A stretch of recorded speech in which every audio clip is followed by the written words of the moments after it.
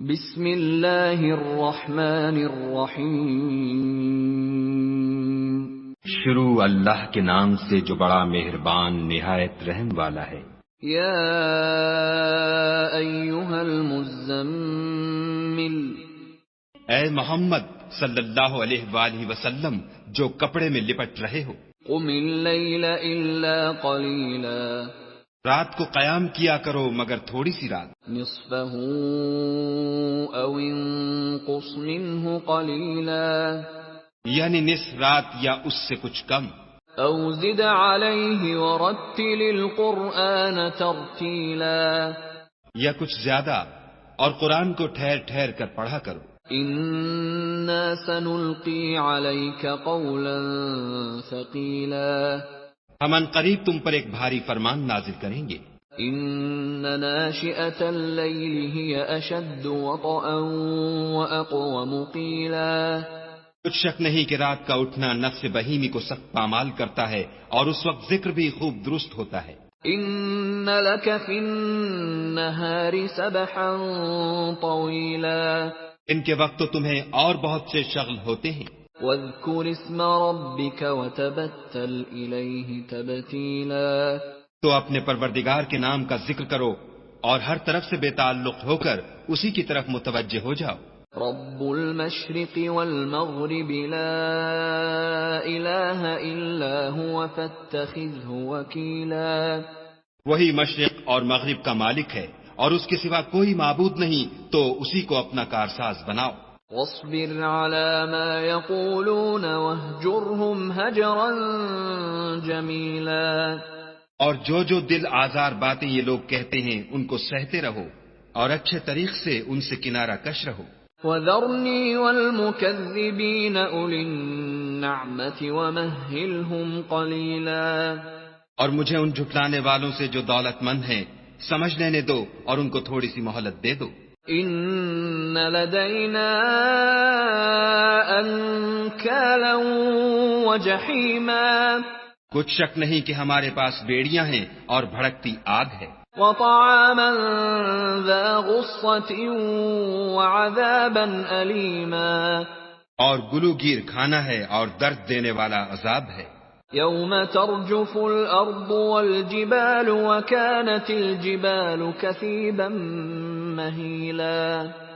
جس دن زمین اور پہاڑ کانپنے لگیں اور پہاڑ ایسے بھربھرے گویا ریت کے ٹیلے ہو جائیں۔ إنا أرسلنا إليكم رسولا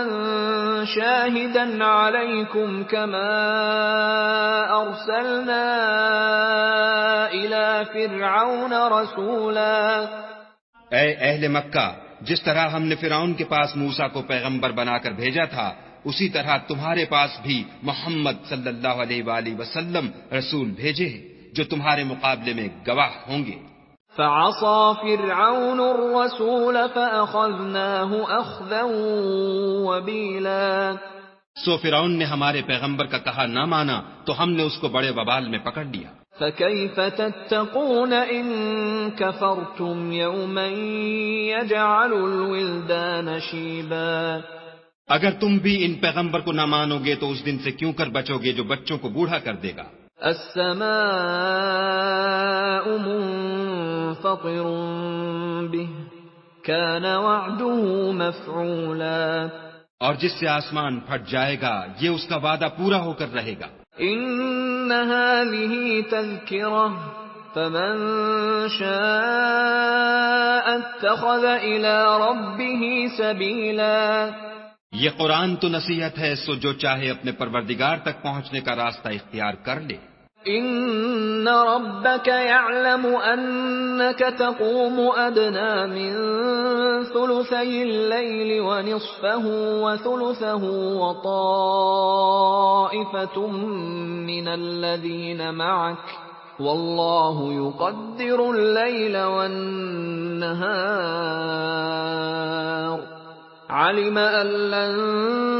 تحصوه فتاب عليكم فاقرؤوا ما تيسر من القرآن، علم أن سيكون منكم مرضى وآخرون يضربون في الأرض يبتغون من فضل الله وآخرون يقاتلون في سبيل الله فاقرؤوا ما تيسر منه وَأَقِيمُوا الصَّلَاةَ وَآتُوا الزَّكَاةَ وَأَقْرِضُوا اللَّهَ قَرْضًا حَسَنًا وَمَا تُقَدِّمُوا لِأَنفُسِكُم مِّنْ خَيْرٍ تَجِدُوهُ عِندَ اللَّهِ هُوَ خَيْرًا وَأَعْظَمَ أَجْرًا وَاسْتَغْفِرُوا اللَّهَ إِنَّ اللَّهَ غَفُورٌ رَّحِيمٌ۔